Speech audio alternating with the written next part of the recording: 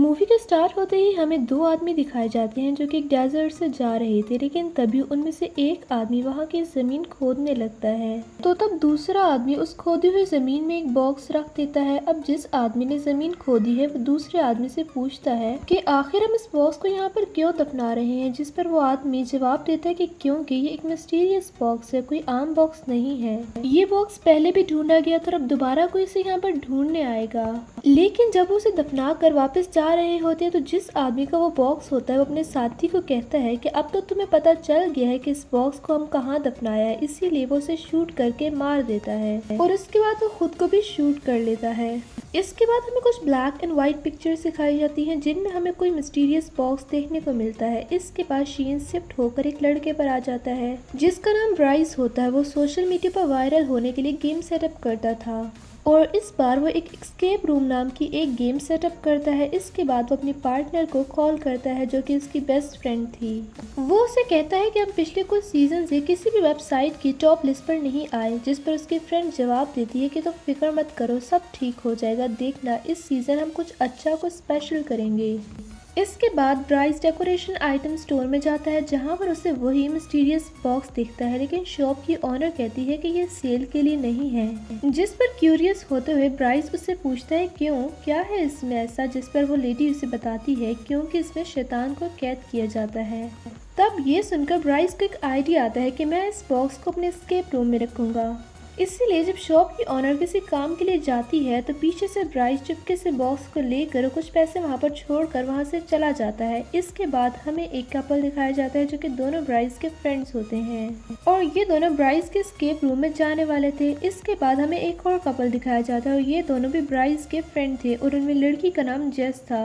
और तभी इसके पास इसके दूसरे फ्रेंड की कॉल आती है जो कि इससे पूछता है कि तुम कितनी देर तक निकलोगे, जिस पर वो कहता है कि थोड़ी देर में। इसके बाद वो सारे लोग ब्राइस की लोकेशन पर चले जाते हैं जहां पर ब्राइस इन सबको वेलकम कहता है। तभी ब्राइस की फ्रेंड विलन के पास जाती है और उसे कहती है कि सब लोग आ गए हैं तो तुम जल्दी से रूम में जाकर छुप जाओ। इसके बाद ब्राइस सबको गेम के रूल बताता है कि तुम एक रूम में लॉक्ड हो जाओगे और तुम्हें इस रूम में क्लूज ढूंढने हैं जिनकी मदद से तुम दरवाजा खोलोगे और वहां से एस्केप करोगे। लेकिन हाँ, एस्केप करने के लिए तुम्हारे पास सिर्फ 55 मिनट होंगे और वो रूम पूरी तरह पजल से क्लूज से भरा हुआ है और तुमने उन पजल्स को सॉल्व करना है, तभी तुम बाहर आ सकोगे। और चाहे तुम जितना मर्जी चिल्लाओगे इस रूम से बाहर कोई आवाज नहीं आएगी। वो ये भी बताता है कि इस रूम में मोबाइल्स नहीं है और वहाँ पर नेटवर्क भी नहीं आएंगे। ब्राइस उनके फेसेस को कपड़े से कवर कर देता है और चुपके से वहाँ से चला जाता है। अब वो सारे लोग जैसे ही रूम में एंटर करते हैं तो डोर अपने आप पहले से ही लॉक्ड हो जाता है। दूसरी तरफ ब्राइस कैमरा के जरिए उन सबको देख रहा था। इन लोगों को इस रूम में एक टेप रिकॉर्डर मिलता है जिसमें एक आदमी बोल रहा होता है। वो कह रहा होता है कि जब तुम मेरी रिकॉर्डिंग सुनोगे तब तक मैं मर चुका हूँ, लेकिन मैं तुम्हें कुछ इंस्ट्रक्शंस देना चाहता हूँ। और मेरा बेटा जो कि इंसान नहीं बल्कि शैतान है और उसने अपनी मदर को भी मार दिया था और उसके अलावा उसने बहुत सारे लोगों को मारा है और मैंने उसे इसी रूम में चेन से बांधा हुआ है और ये कमरा इसी का था जहाँ वो मर्डर किया करता था और चाहे जो भी हो जाए तुम उसे यहाँ से आजाद मत होने देना और जितना जल्दी हो सके इस रूम से बाहर निकलो। अब क्योंकि ये लोग गेम खेल रहे थे इसीलिए ना ये सारी बातें गेम का एक हिस्सा लगती हैं, मजाक समझते हैं इसे। अब वो लोग यहाँ पर क्लूज और पजल्स ढूंढने लगते हैं कि तभी उन्हें टेप रिकॉर्डर वाले आदमी का बेटा दिखाई देता है जो कि वहीं पर चेन से बंधा हुआ था। वो सारे इसी गेम का पार्ट समझकर उस पर हंसने लगते हैं। इसके बाद ब्राइस के फ्रेंड को वहाँ पर वही मिस्टीरियस बॉक्स दिखता है और बगैर सोचे समझे वो इसे खोल देता है, लेकिन इस बॉक्स में कुछ नहीं होता, यानी वो खाली होता है। और जब ब्राइस का फ्रेंड वहाँ से चला जाता है तो इस मिस्टीरियस बॉक्स में से ब्लैक कलर का साया निकलता है जो कि उस रिकॉर्डिंग वाले आदमी के बेटे के अंदर चला जाता है, लेकिन किसी का भी ध्यान उस तरफ नहीं जाता। और अब हम इस आदमी के बेटे को बॉक्समैन कहेंगे। लेकिन तभी इन्हें एक कबर्ड दिखाई देती है जिस पर लॉक लगा हुआ था और उस लॉक पर कुछ कोड नंबर थे और वो number red, blue and green colour में थे। तभी ब्राइस की फीमेल फ्रेंड को एक रेजर दिखाई देती है जिस पर DER लिखा हुआ था। फिर जब वो लड़की आगे बढ़ती है तो उसे वहाँ पर एक रस्सी दिखाई देती है और जब वो उस रस्सी को खींचती है तो तभी उस टेप रिकॉर्डर वाले आदमी की डेड बॉडी लटक जाती है, जिस पर पहले तो वो लोग घबरा जाते हैं लेकिन फिर इसे सीरियस नहीं लेते, वो इससे भी मजाक समझते हैं। फिर ब्राइस के फ्रेंड को कप के नीचे से 2 कॉइन्स मिलते हैं जिससे वो क्लू समझकर अपने पास रख लेता है। उधर दूसरी तरफ ब्राइस के ऑफिस के सिग्नल्स अचानक से चले जाते हैं जिससे उसे समझ ही नहीं आती कि आखिर ऐसा क्यों हो गया। बॉक्समैन जो कि चेन से बंधा हुआ था वो अपनी जगह से थोड़ा सा आगे आ गया था जिस पर इन्हें अब थोड़ा थोड़ा शक होने लगा था। अब वो समझते हैं कि बॉक्समैन की चेन 5 मिनट बाद थोड़ा थोड़ा खुलती रहेगी ताकि वो आहिस्ता आहिस्ता करके आगे आ सके। अब ब्राइस के फ्रेंड को बुक शेल्फ में से 5 रेड, 3 ग्रीन और 4 ब्लू कलर की बुक्स दिखती हैं जिससे वो समझ पाता है कि वो लोग जो कबर्ड पर लगा हुआ है वो इन्हीं 3 कोड के कॉम्बिनेशन से खुल जाएगा, यानी 5, 3, 4। और जब वो इसे अप्लाई करते हैं तो होता भी ऐसे ही है। वो नंबर एंटर करते ही कबर्ड का एक दरवाजा खुल जाता है जिसमें उन लोगों को एक चाबी मिलती है और वो चाबी वहीं पर रखे हुए एक सूटकेस की थी और अब वो इस चाबी की मदद से सूटकेस को भी खोलने में कामयाब हो जाते हैं जिसमें उन्हें एक सीजर मिलती है और अब उनके पास सिर्फ 37 मिनट्स रह गए थे। फिर ब्राइस का मेल फ्रेंड उस कैंची को लेकर बॉक्समैन के पास जाता है जहाँ पर उसे एक कार्डबोर्ड बॉक्स मिलता है और तब वो कैंची से उस बॉक्स को काट देता है जिसमें से उसे एक ड्रॉर का हैंडल मिलता है जिसे वो अपने दूसरे मेल फ्रेंड को दे देता है। लेकिन तभी बॉक्समैन कैंची को लेकर ब्राइस के फ्रेंड को मार देता है और बार बार वो उसे कैंची से स्टैब करता है जिसकी वजह से ब्राइस का फ्रेंड वहीं पर मर जाता है। अब ये देखकर उसके फ्रेंड्स काफी डर जाते हैं, इसीलिए वो दरवाजे को पीटते हुए चिल्लाने लगते हैं लेकिन उनकी आवाज़ कोई नहीं सुन पाता। इसके बाद हमें ब्राइस दिखाया जाता है जो कि टेरेस पे खड़ा होता है। तभी उसके पास उसकी पार्टनर आती है जो कि उससे पूछती है कि तुम यहाँ पर क्यों खड़े हो। तो ब्राइस कहता है कि मैं परेशान हूँ क्योंकि मेरे कैमरा के सिग्नल्स चले गए हैं, जिस पर उसकी पार्टनर उसको कहती है कि तुम्हें ये गेम को बंद कर देना चाहिए। लेकिन ब्राइस ऐसा करने से इनकार कर देता है क्योंकि अगर वो ऐसा करेगा तो उसका गेम खराब हो जाएगा जिसकी वजह से पब्लिक उसको बेकार रिव्यूज देगी। वो बॉक्समैन पर चीजें उठा कर मारते हैं लेकिन उसको कोई असर नहीं होता। ब्राइस का फ्रेंड जैसे ही बैग से मोबाइल निकालकर पुलिस को कॉल करने की कोशिश करता है। अब जाहिर सी बात है वहाँ पर नेटवर्क नहीं आ रहा था। जैसे जैसे टाइम गुजरता जा रहा था बॉक्समैन अपनी चेन से खुलते खुलते आगे आ रहा था, यानी इन लोगों के करीब आता जा रहा था। अब ब्राइस का फ्रेंड कहता है कि हमें इस गेम को कंप्लीट करना होगा वरना ये तो हमें भी मार देगा। तभी उसकी नजर एक ड्रॉर पर पड़ती है जिसका हैंडल गायब था। अब वो इस हैंडल को वहाँ पर फिक्स करते हैं जो उन्हें कार्डबोर्ड बॉक्स में से मिला था और ऐसे करने से वो ड्रॉर खुल जाता है जिसमें से एक छोटा सा बॉक्स निकलता है जिसमें उन्हें 4 कॉइन डालने हैं। इसके बाद उन्हें चाबी मिलेगी। अब 2 कॉइन तो उनके पास थे जो उनको पहले मिले थे, लेकिन अब 2 कॉइन ढूंढने होंगे। और तभी ने दीवार पर लगी 2 पेंटिंग्स अजीब सी लगने लगती हैं और जब वो इसे चेक कर रहे होते हैं तो ब्राइस की फीमेल फ्रेंड को लग रहा था कि उसका वो फ्रेंड अभी भी जिंदा है जिसे बॉक्समैन ने कैंची से मारा था, इसीलिए वो इसके पास जाने लगती है। और अब इन लोगों के पास सिर्फ 25 मिनट रह गए थे। इसके बाद बॉक्समैन आगे आता है। वो ब्राइस की फीमेल फ्रेंड के सर में कैंची घुसाकर उसे भी मार देता है। अब ये देखकर जेस और उसका फ्रेंड और ज्यादा घबरा जाते हैं और काफी डर जाते हैं, इसीलिए वो दोबारा से गेम में लग जाते हैं। पेंटिंग्स को गौर से देखने पर इन्हें बहुत सारे ट्रायंगल्स दिखते हैं जिनमें से 2 ट्रायंगल्स और बटन थे।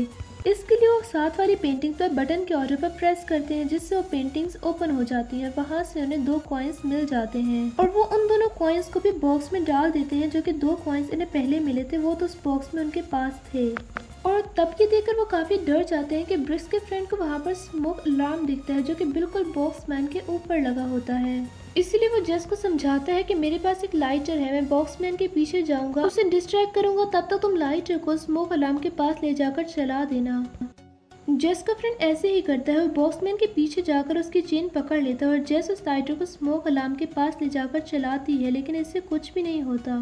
फिर वो दोनों किसी तरह से बचकर आ जाते हैं। टाइम गुजरता जा रहा था, उनके पास सिर्फ 19 मिनट रह गए थे। उधर ब्राइस की पार्टनर उसे समझा रही थी कि अगर इन लोगों को इस रूम में कुछ हो गया तो हम बहुत बुरा फंसेंगे, तुम देखना, इसलिए तुम्हें किसी भी तरह करके इस गेम को खत्म करना होगा। लेकिन ब्राइस अब भी उसकी बात के लिए एग्री नहीं हो रहा था और अब वो सिग्नल जाने से पहले की वीडियो देखने लगता है कि आखिर सिग्नल जाने की वजह क्या है, जिससे उसे पता चलता है कि सिग्नल तब गया जब इस मिस्टीरियस बॉक्स को खोला गया था। जिसके बाद उनकी गेम का विलेन अजीब तरीके से कैमरे को देख रहा होता है और तोरों से कैमरे का वायर भी निकाल दिया और यही वजह बनी कि सिग्नल्स चले गए। अब ये देखकर ब्राइस समझ आता है कि सब कुछ इस बॉक्स से खुलने के बाद ही हुआ है। अब जेस और उसके फ्रेंड के पास बचने का कोई चांस नहीं होता तो वो कहता है कि मैं जाऊंगा बॉक्समैन के पास, उससे वो कॉइन्स ले लें। लेकिन जेस उसे ऐसा करने से मना कर देती है जिस पर उसका फ्रेंड उसे कहता है कि देखना मैं जरूर ले आऊंगा वो कॉइन्स। इसके बाद जेस का फ्रेंड बॉक्समैन के पास जाता है जहाँ पर उसे कांच का टुकड़ा पड़ा दिखाई देता है और तभी जेस बॉक्समैन की तरफ सूटकेस फेंक कर मारती है। तब मौके का फायदा उठाकर जेस का फ्रेंड उस कांच के टुकड़े को बॉक्समैन की आंख में घुसा देता है। अब इतने खतरनाक हमले के बाद भी बॉक्समैन को कुछ नहीं होता, उल्टा वो उस कांच के टुकड़े से जेस के फ्रेंड पर अटैक करता है जिससे जेस का फ्रेंड पूरी तरह इंजर्ड हो जाता है और वो इसके बाद बेहोश हो जाता है। और अब बॉक्समैन जेस की तरफ बढ़ता है और उसे कुछ कहे बगैर ही दोनों कॉइन्स दे देता है और अब जेस इन दोनों सिक्कों को उस डब्बे में डाल देती है जिसके अंदर उसे एक चाबी मिलती है। वो चाबी कबर्ड का दूसरा दरवाजा खोलती है जिसके अंदर से उसे एक हुक मिलता है। वो उस हुक को लेकर वहीं पे पड़े एक बॉक्स में डालकर घुमाती है जिससे उसमें से एक जोकर बाहर आता है। उसके हाथ में एक नोट था और उस नोट में UN लिखा होता है। अब मुसीबत बढ़ती जा रही थी क्योंकि सिर्फ 10 मिनट रह गए थे। फिर ब्राइस एस्केप रूम का दरवाजा खोलकर अंदर चला जाता है लेकिन बॉक्समैन से बाहर की तरफ धक्का दे देता है और फिर से दरवाजा बंद कर लेता है। तब ब्राइस की चाबियां अंदर ही गिर जाती हैं। ब्राइस जल्दी से अपने पार्टनर को पुलिस को कॉल करने का कहता है। एस्केप रूम में बॉक्समैन ब्राइस की चाबियां लेकर एक कॉर्नर में फेंक देता है और अब सिर्फ 5 मिनट रह गए थे और देखते ही देखते बॉक्समैन खुलता जा रहा था और वो जेस के और करीब आता जा रहा था। अब जेस फिर से उस UN वाले नोट को देखती है और जो इरेजर उसके पास होती है जिस पर DER लिखा होता है वो उसकी मदद से UN को इरेज करने की कोशिश करती है जिसके ऊपर कुछ एरोस बने हुए थे और वो भी बिल्कुल किसी बटन के ऑर्डर्स की तरह ही लग रहे थे।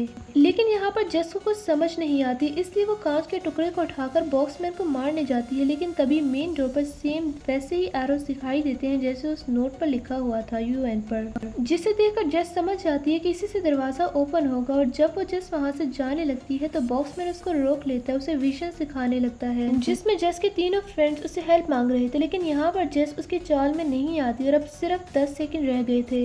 जेस उस कांच के टुकड़े से बॉक्समैन पर स्टैप करती है और मेन डोर पर लगे उस एरो को उस ऑर्डर में प्रेस करती है जिसकी वजह से वो डोर ओपन हो जाता है और जेस टाइम से पहले ही वहाँ से बाहर आ जाती है। और अब बॉक्समैन जेस के लिए क्लैपिंग करने लगता है, शायद इसलिए कि वो उस गेम की सर्वाइवर थी।